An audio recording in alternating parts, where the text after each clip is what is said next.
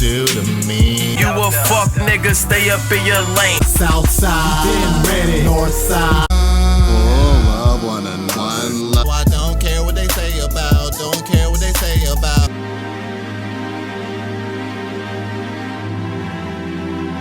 My damn lighter. Hey yo, what's good you guys? It's Boomer with Ballystar, and today we're just getting into Drake's alarming obsession with street gangs and violence. You feel me? Let's find out. Shit, make sure to leave a like just below the video if you enjoy. Subscribe if you're new, so that we can join up with the all-star gang up in this thing. Let's get straight on into it, man. Let's go. It's no secret that Drake is heavily connected to the streets. Drake always got some new goons over there in that OVO camp. He didn't label me as his goon. I labeled myself as his goon. I call him Father, you know. I'm Drake Shooter. Oh, That's Big Bro. I'm scared of Drake. He's not a fighter. He's powerful. He gotta be dangerous in some shape or form, fashion. On one hand, Drake seems to be an advocate for peace in the streets. I like to remember the friends I've lost as great teachers. It's a daunting path, you know, to try and be the biggest and baddest from your ends or from your hood or whatever. But on the other hand, he proudly perpetuates violence. Let's break it down. Drum's breakout song was a record named Cha-Cha, and when Drake first uploaded Hotline Bling, it was named the Cha-Cha Remix. It was later renamed just Hotline Bling and started being pushed as a single due to the positive reception. When Drum was asked about it, he tried to be diplomatic about the situation, but later he would reveal he felt slighted as Drake took his idea and never once reached out. That's a direct bite of Cha-Cha. Yeah, it was. I don't know, it's just really weird. I ain't get no reach out or nothing or whatever. Kinda, it fucked with me for a long time. Back in 2017, he ended up running into Drake at Coachella. Has a conversation with you and Drake even happened? Some years ago or whatever. It's one of them ones. He was DJing at a party, I approached him. Like, hey bro, we need to talk. You know what I'm saying? Stepped outside, said what I had to say, bro. Like, what you mean, bro? I pressed his ass. But we all know Drake travels with the whole army. Drake's right-hand man Chubbs has said it himself that he hates it when people think Drake is soft. And so they wasted no time and them boys got active. I see, I'm like, oh shit. I ain't gonna hold you. His bodyguards went to town on the kid. Gotta bring the John, told me he ain't know how we cha-cha slide. Just like that one time at Chilla, good thing man weren't pulling out phones. But his bodyguards in, not his Good bitch thing man ass. weren't pulling out He phones. touched me. He's a Let me say bitch. that. Phones. Yeah. Yo, that freestyle was hard though. But his bodyguards in, not his bitch ass. He ain't touched me. He's a bitch. You know that. Drake himself wouldn't do a single thing, which is smart. But it's also wild how Drake brags about the work his goons put in for him. But he's had some of the most disrespectful and flagrant things done to him that somehow everyone has just let slide. If these same things happened to another rapper, they would never hear the end of it. I mean, Drake has got him pissed on. And after getting the R. Kelly treatment, apparently Drake ran out of the movie theater like a little bitch because he didn't want that smoke with T.I.'s boys. Not very mob-tied, is it? He's got him bitch slapped by Diddy. Why don't you bring out how you got smacked? T.I.'s boys. Not very mob-tied, is it? He's got him bitch Oh, slapped okay. by Diddy. You just used the Bring clip. out how you got smacked by a Diddy or some shit. Puff Daddy had beef with Drake, and Jay-Z had to break up the fight backstage. I mean, we could do a whole video about his L's, but that's not the topic at hand today. Yeah, some shit. Puff Daddy had beef with Drake, and Jay-Z had to break up the fight backstage. I mean, we could do a whole video about his L's, but that's not the topic at hand today. In 2016, Ian Connor was the creative director for a shoot for the OVO clothing brand. One of the people he utilized as models was the young and upcoming Playboi Carti. Things would come full circle in 2020 as he'd helped Drake get Carti on a song called Pain 1993. This song is named after and pays homage to Ian, who Drake has been cool with for close to 7 or 8 years now. In his verse, he recalls how him and Ian were in the strip club throwing money together. Now you should know Ian is notorious for a lot of things, and one of them is posting private conversations. One of the convos he posted with Drake was telling him to get on a song with Cardi made all the way back in 2016. Just having the access to the biggest superstar in the world and him flattering your request surely means they were tight somewhat. Drake even has a sicko tattoo, which drove Twitter crazy. And Ian has even posted screenshots of him calling Capo, aka Drake's right-hand man, Chubbs. A lot of people found this friendship pretty odd, considering Ian's controversial career and them allegations. But then again, it seems like Drizzy sorta has a weird fetish for niggas with questionable histories with women. Brick Baby, who was incarcerated in the LA County Jail with Ian, says Ian Connor told him that Drake had paid him a visit in jail. Drake came to visit me. I'm like, that's a lie. He said, yeah, they shut down visiting for like an hour. Drake was the only one to come up there. Whether you believe that story or not, it seems like these two were actually pretty close. So when Ian posts that he has blocked Drake, it's kind of confusing. Chubbs then comments under Ian's post and reveals that them OVO goons had already put hands on Confusing. Chubbs then comments under Ian's post and reveals that them OVO goons had already put hands on Ian, even calling him a low boy. It looks more sketchy. Wait, what is OVO it? goons had already put hands on Ian, even calling him a Mom said you gotta take me with you or y'all can't go.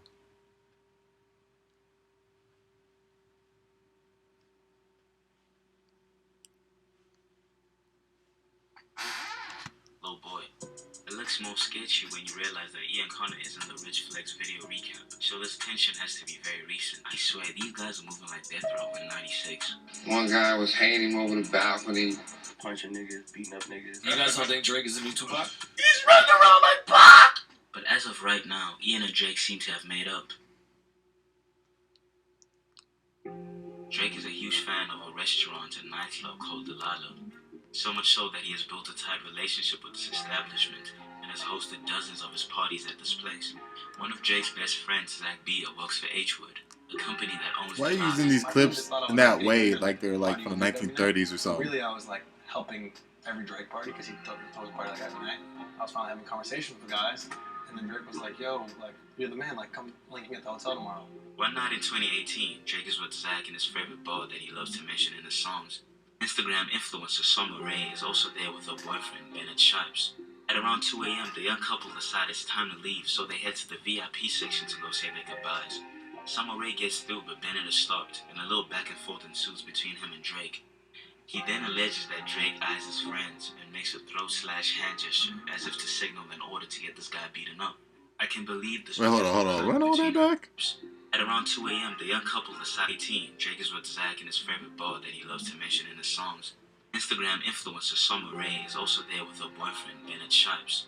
At around 2 a.m., the young couple decide it's time to leave, so they head to the VIP section to go say their goodbyes. Summer Rae gets through, but Bennett is stopped, and a little back and forth ensues between him and Drake. He then alleges that Drake eyes his friends and makes a throat/hand gesture as if to signal an order to get this guy beaten up. I can believe this because we've heard stories about the different hand signals that Drake gives to his bodyguards and friends for different situations. Imagine Drake and his homie talking like this, real close. A girl slides in between them, starts like getting in Drake's face, just like yelling at him, whatever. Drake just turns his head to the side and then claps over his head like that, and then security comes and grips his girl up and throws her out the fucking. So immediately after that, Not clap his hand like that, bro. To an alley, now cornered by a bunch of people that were in the VIP section. His girl up and throws her out the fucking. So immediately after that, he's pushed outside the back of the club into an alley, now cornered by a bunch of people that were in the VIP section. One of these guys is Eunice Benjima, a boxer and also now a celebrity. Next to him is Chubbs, Drake's right-hand goon, and Jazz Prince, one of Jay Prince's sons. Everybody should know that Drake is closely affiliated with mob ties.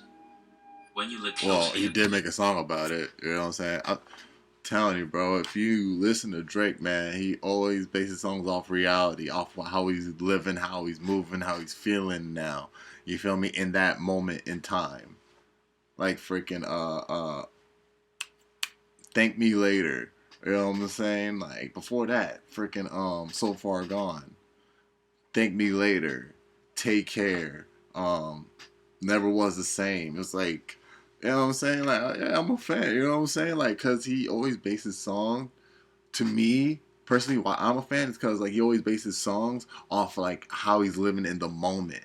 And never about, like, you know, all that street-ish, you know what I'm saying, that, you know, people be rapping about in their music all the times, or drugs, women, of course, you know what I'm saying, it mentions women a lot, but not even in that way, but more, you know what I'm saying, at the time it was considered simpish, but it's like, now it's like, you know, you know what I'm saying, like, you know, he know how the game is, you know what I'm saying, like, he know, so it's like, but it's like, they're always mentioned in his life was mentioned in an intricate way. The way he would say stuff, like how he'd interact with people. Yeah, it's like, dude was the first that I've heard to like really rap in that way, and I was like, yo, like, yeah, this is like, yeah, it's dope. You feel me? It's fucking tight. You feel me? So it's like, bro, when he makes music like this now, saying like, you know, with songs like My Ties and all, I'm just like, did you listen to that shit? I'm like, damn. Yeah, nah. You know what I'm saying? Moving like a monster. You know what I'm saying? Like, just what it is. Goodfellas type shit. I'm like, hey, man, that's how you moving. You feel me?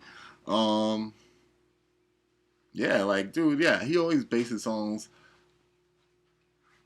on his moment in life at the time he felt when making that song. You feel me? And never about the same, like, you know, like, I don't want to say boring because, like, you know, it's turned, but it's like the same, like, content that you hear in every other song. They still hearing songs like Lil Durk and Be a Young Boy. You know what I'm saying? All that street ish that they just be talking about. It's like, yeah, it's the same. It just sounds tight. You know what I'm saying? The way that they're saying it.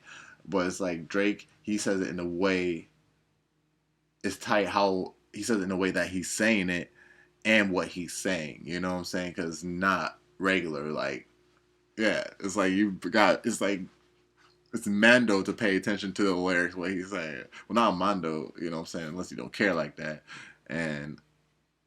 But it's like, I don't know. It draws you in. His lyrics draw you in, as well as the way he's rapping it. Video. You see Eunice, a boxer, go in and beat the brakes off of this kid, while Drake, the shot caller, watches from a short distance.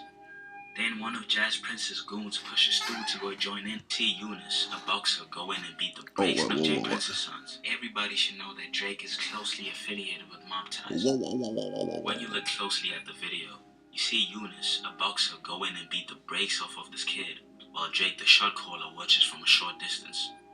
Then one of Jazz Prince's goons pushes through to go join in on the beating. He's wearing a Rap-A-Law hoodie. At first glance, it looks like Chubbs and Jazz Prince are trying to de-escalate the situation. But take a closer look. They're actually holding everyone back and making space for this kid to really get beat up. And when Eunice finally walks away, you see them walk closer towards Bennett. An article written by Insights finally walks away. You see them going back and making space for this kid to really get beat up. And when Eunice finally walks away, you see them walk closer towards Bennett. The way Drake walked away, man, he just like... about the situation shows this incident had many of the Delilah workers spooked, considering Drake is a regular. Drake has had tension with a bunch of upcoming rappers from Toronto, but the beef that stands out the most is with Mo G. Mo G! A guy that Drake co-signed by mentioning him on songs and posting on his Instagram. Then I hit him with that high line. Mo G with the dance moves. At that time, a Drake co-sign was a life-changing one. That's my brother, you know what I'm saying? That's my big brother, you know what I'm saying? OVO gang till I die, that's how I'm gonna get there, you know what I'm saying? While everything looked good from the outside, things weren't really going smooth behind the scenes. Mo G was heavily repping OVO because he believed he'd get signed to them, that they were a family. But very quickly things changed, as they'd allegedly put him in the studio to come up with flows and hooks for Drake to use on his new album. Have you ever heard in the history of hip-hop a man that gives away his creativity and helps make Billboard hits but doesn't get paid $1 for it, one credit for it? You're stuck in your heart. It doesn't make sense, but exposing these niggas will make sense. Fuck you, bitch-ass nigga. But there were no real developments in terms of Mo G's career itself. Just to let the world know, for the record, I'm not signed to OVO.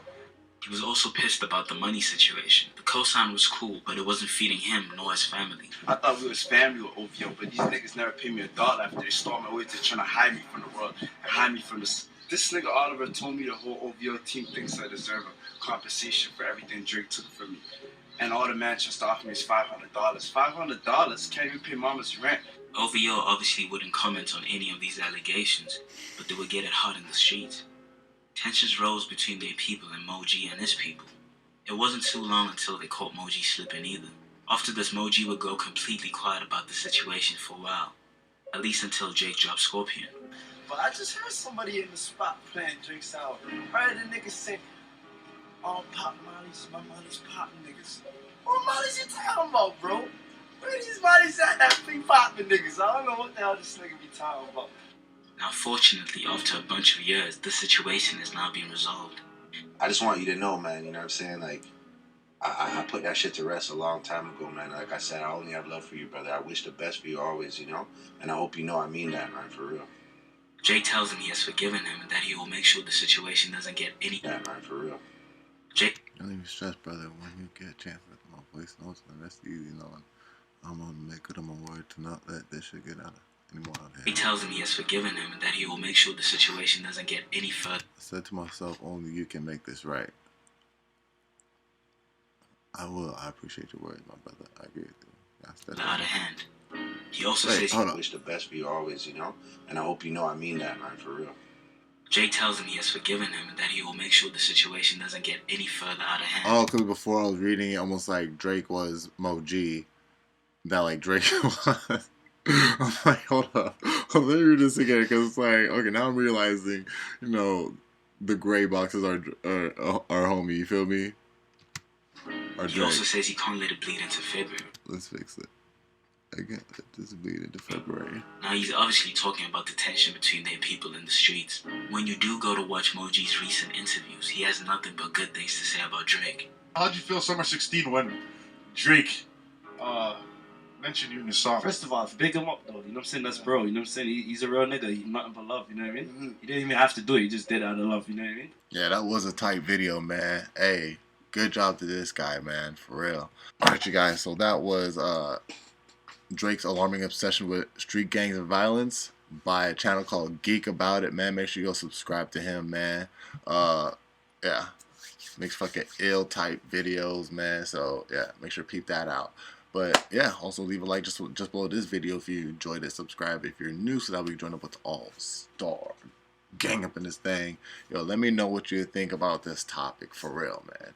Other than that, man, you can check out the brand new album, The Curse of Blessing Deluxe, right here, right now. I don't know what to do. I just want you to come